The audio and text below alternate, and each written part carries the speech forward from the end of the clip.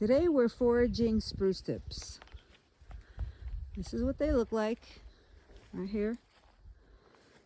This is when they first start coming out, and eventually that tip falls off, and this is what they look like right there.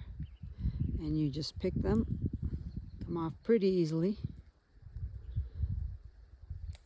And you can use them to make all kinds of stuff.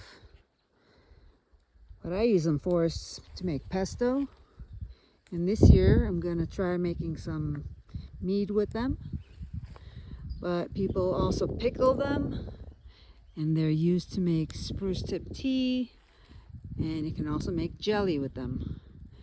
So the way that you can identify a spruce is it has the shorter needles, and it also has the needles going along the branch, if you'll notice.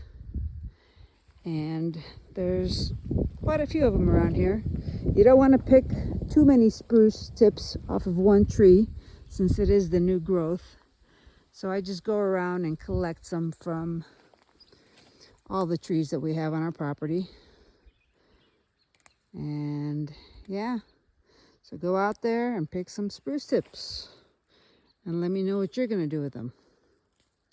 Talk to you next time.